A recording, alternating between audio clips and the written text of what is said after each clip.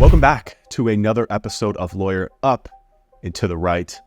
Caesar, today we're going to be talking about AI. There has been some very big announcements from Google. They have finally released their AI search engine. It was formerly called SGE. It's now just called AI Overviews. They've shifted the scope of it to now just focus on summarizing a little bit more content. We're going to show you some examples, but most importantly, we're going to talk about how that impacts your law firm. So this news has been shaking the SEO industry in particular very, very hard. And what I want to do is just give you some examples of this and really talk about, again, the impact specifically to law firms and how we think this is going to impact your SEO efforts. So if you take an informational query like this, what is the DUI limit in Florida? You're going to start seeing these AI overviews. Now, to me, Caesar, these look very similar to what you see down here, which we used to call zero-click search or knowledge graph panel. But now what's happening is this AI overview is taking the information from these cards these are just websites, right? It's taking the information from these and it's summarizing them using AI and presenting it here. Now, there's a lot of discomfort, chatter, complaining, if you will, in the SEO community about the impact of this because people feel like it's stealing content, right? It's no longer driving traffic to these publishers of this content, but instead it's just summarizing here and giving the information to searchers instead of driving it to the website traffic. Now, Caesar, this is something that we've been talking about here at our agency for a very long time, which is there's levels to content and there's levels to search. A lot of SEO agencies, what they've done traditionally is they'll go out and they'll build a ton of blog content and they'll get you a lot of traffic, but your phone calls in your client list isn't going to grow.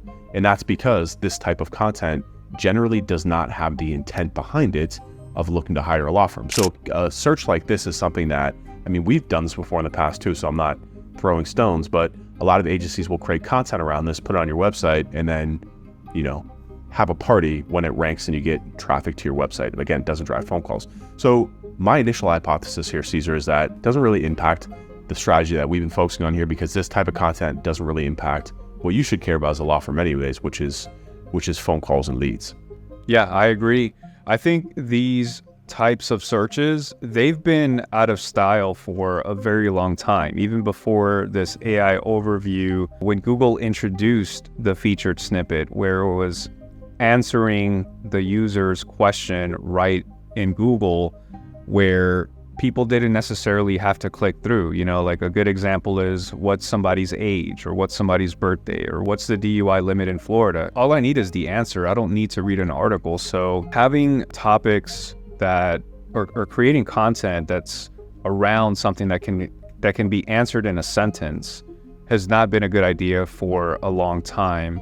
And our approach has always been to write about topics that people are going to want more information about. Even if they get their core answer right here on Google, there's still more layers to that question that they're going to need answered, and they're going to click. So something like this, what is the DUI limit in Florida?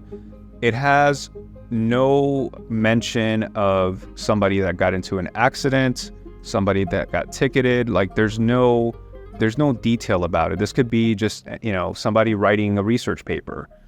Just to finish your thought that you were saying, right, is that I just changed the query to how to get out of a DUI in Florida, right? So this query here, what is the DUI limit in Florida, is very informational, right? Could somebody have a DUI? Sure, right? They could be looking for that. But for the most part, this is actually probably like I'm going out tonight and I might be having a few drinks. Like, well, what's it, right? Like, yeah. It's much less of before you get a DUI versus after. But when we take something like this, how did you get out of a DUI in Florida? This is clearly somebody that has been impacted by a DUI. They've probably already been arrested and now they're beginning that search for the legal process. And you can see the difference in the SERPs here, right? So again, going back here, we see the AI summary, we see the people also ask, and then we just see a bunch of just blue links. We see no ads here, we see no maps pack. What this usually tells us is that the intent behind this search is purely informational. And this goes off what we were saying, is that informational searches, do they hurt your website for creating that content? No, absolutely not. It's not going to hurt you, but is it going to drive leads to your website? No, it's not, because the intent behind the search is not, I need a lawyer, I need to talk to a lawyer. It's purely informational. But when we come here, the first thing that we see, sponsored ads. These are Google local service ads. That tells us the intent behind this search is transactional. It's for somebody who's looking to talk to a lawyer or begin that search. The next thing we see here are pay-per-click ads. And then we do see down here the AI overview underneath here too. So this is where it gets, I think, where it gets very, very interesting, Caesar, right? Because to me, this query would be valuable for us to create content for a client around. And when we do see the AI overview, what I kind of wanted to say before was that just because it's summarizing your content, as long as the query still has some teeth to it in terms of this is what we'd want to lead people into our ecosystem to hire an attorney, it's still worth creating, because the summary here, this is just my opinion on this, right? And my hypothesis, again, the SEO community is up in arms because their whole point of view is that Google is stealing content, stealing IP from their website and displaying it, and not driving people to the website to give credit for where that content came from. But the way that I see that is that it's fine. If this satisfies that person's query, then they're probably not worth talking to anyways. But this card right here, right, which is an organic listing, which is not far off from ranking down here in terms of the SEO process, is going to drive a lot of traffic, right? And what I see too, what I hypothesize is that you see this and then you're like, okay, I actually do want to read more. I'm going to click on the source and I'm going to go and I'm going to dive deeper into this. This is coming from the Florida highwaysafety.gov website.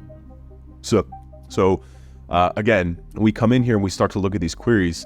I think it's really, really important that when you're going through your SEO and your content generation process, you're taking these queries and you're putting them into Google and you're seeing what shows up, because that in itself, aside from asking yourself to what the intent behind this query is going to have a very big impact, not just on your leads, but also to me on your resources and your time and your effort and the budget that you might be paying an SEO agency. Because a lot of you are in these long-term contracts. I talk to so many law firms. They're in these long-term contracts with these SEO agencies, and all they're doing is just building blog content, just very thin blog content that really looks more like this, right? Yeah, it's very lazy. What can you write about what is the DUI limit in Florida? You answer it in the first sentence, and then you're just like, what else? It's a commoditized. And also too, whoever's writing this is getting this information from somewhere else, right? So I like to pick on SEOs a lot because they're saying, oh, well, you're stealing this content. You didn't.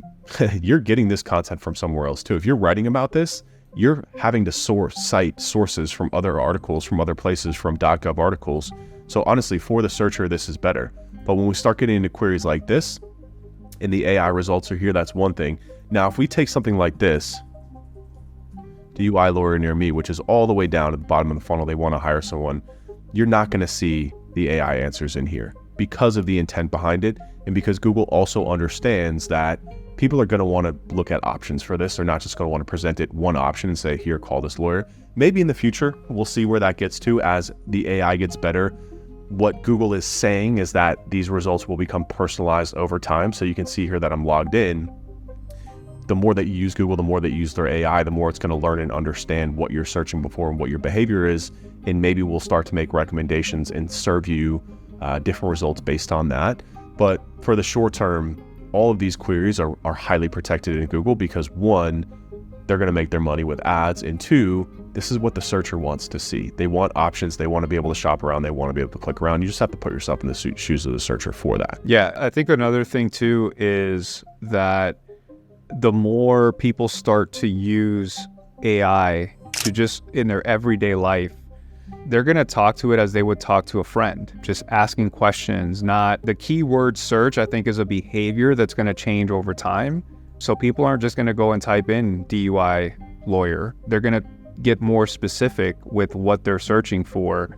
You know, maybe like I blew a .09 or something, you know, like they know exactly the circumstances around their case, and that's how they're going to query when they go to Google. Google understands and knows this. So part of the thing that they're working towards, which they have said, is they're wanting to overhaul their search page for getting to like showing you specifically what you want versus what like how it is now, where you know they got 10 results in the organic listings, and it's based off of a lot of stuff that really has not a whole lot to do with what you want. It has more to do with how authoritative that website is or how many backlinks the page has. But now what they want to do is they want to match the query to the results to get very specific to answer the questions that you have. So how that relates to content is being strategic about how when you write articles like this, is giving different scenarios within that content, because that's going to then qualify you for these more detailed searches, the more granular you can get with your data. And to your point, a good way, the best way of doing that, if you're an attorney and you're working with an agency, is by providing actual statistics, actual case results, things that don't already exist out there, because otherwise you're just having, if it's somebody that's having to use research to write the content, it's basically just regurgitating what's already out there. So the more unique and circumstantial you can make your content, the better chance you're going to have when Google has this massive overhaul. And I think, honestly, it's going to even the playing field. It's going to make it so that the site that doesn't have, that hasn't been around for 15 years and doesn't have 100,000 backlinks and has all this authority, it's going to give them the opportunity to compete based off of the quality and the detail of their content. So this is also interesting too. So this is ChatGPT. So expanding outside of Google now, right? Because what I do think is ultimately going to happen too is as more AI platforms like ChatGPT rise. Now, ChatGPT to me is not a search first platform. This is much more of a support platform to help you with tasks, to help you with different types of queries, right? Like I personally wouldn't go to ChatGPT and ask it to hire a lawyer. Now, there's also big news that came out that OpenAI is partnering with Apple and Siri, and it's going to become basically the AI engine behind Siri, which is going to dramatically improve Siri, which I do think will lead to more search-based queries. And there's certain things that I think people inherently want the Google type results, which gives them the ability to scan and compare and do all that. But speaking a little bit more broadly, right, in terms of where I think this is all going, because especially if you've invested a lot of money in SEO, you might be like, whoa, should I stop paying for SEO? Is this going away? Am I wasting my time and effort? Because again, I do think that platforms like ChatGPT are going to start to take a really big bite out of the market share that Google has. Google currently has a 90% market share, and search engines themselves currently drive 70% of all internet traffic. But I came to ChatGPT and I said, I got a DUI. Can you recommend me a lawyer in Miami? So this actually searched 5 sites. It's connected to the internet now. I believe it's Bing, but it cited these 5 lawyers and it actually linked out to these law firms, right? Then I asked it, I said, how did you come up with these results? It said, I came up with a recommended DUI lawyers by researching several reputable sources that list and review attorneys specializing in DUI cases. I focused on those with significant experience, strong client reviews, and a history of providing effective legal defense. Here are the sources that I use. So this is actually just citing their website. So this is going back to what you just said, Caesar, right? In terms of like, in the traditional SEO world, we call this EEAT. It stands for expertise, authority, trustworthiness. We do this with our clients by having you build a page on your website that lists out all your accolades, all your education, that links out to press articles, that lists out all the wins that you have. And it might seem insignificant and trivial, but you can see here that ChatGPT is using that information from people's websites to make that determination, right? So then I asked it again too. I said, specifically, where did you source the reviews from? The recommendations were sourced from legal directories and law firms' websites, which provide information about the lawyer's expertise, specializations, in what have you, right? So this one says it came from Justia. These ones came from their actual website, Justia again. Be more specific. I ranked and recommended these DUIs based on several criteria: years of experience, client reviews, specializations, comprehensiveness of services offered. Goes to list out, again, this is mainly pulling from Justia and from their websites. So the point I'm trying to make here, Caesar, is that ChatGPT is not, I wouldn't use this personally as a consumer, but it's getting a lot better, especially from where it used to be. It's getting a lot better. And I do think that as it integrates with our hardware and our phones, it's going to get adopted a lot more, and people are going to start using it for these different types of searches. I think more specifically, it'll be a little bit more for informational queries, but then off the back of it might just say, okay, find me a lawyer that's helped people get out of a car accident, the boating accident where somebody was injured, a lawyer that's helped people get off those cases before, right? Very specific query, as you said, that could then pull from the internet to then deliver that result. So my recommendation, and where I think at a macro level where a lot of SEO is going, is much more reputation based. especially in the legal space. Case wins, authority, publications, where have you been featured, reviews across all platforms, Google, Avvo, FindLaw, wherever you can get reviews, display them on your website, get them on these platforms.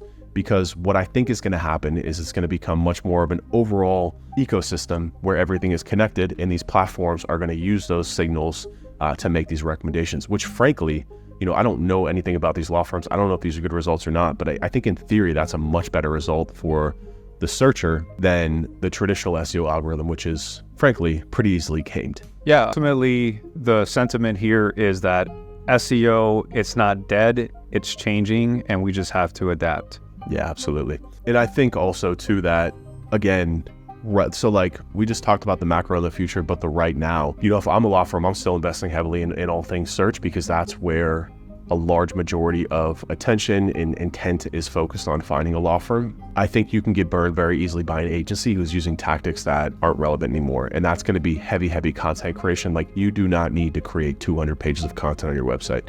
You just don't. You need to create the core pages that are going to satisfy those core searches that we showed, right? So like what to do after I get in an accident, ones that are focused on the actual hiring process of a law firm or an attorney, whatever practice area you're in. That's the type of content that you need to have and should be focused on. And then aside from that, it's reputation-based signals, it's reviews, it's improving the website quality to understand and communicate to the market and to search cases that you've won, places that you've been featured, PR. All these things are very important, and I think that's really much where your focus should be. It's going to drive immediate short-term results, but I also think that it's going to build a moat around your business, and it's going to help you to show up across these AI discovery platforms, if you will, from now and in the future as well. All right, so that's all we got for this week's episode. Make sure to like and subscribe, and we'll see you next week.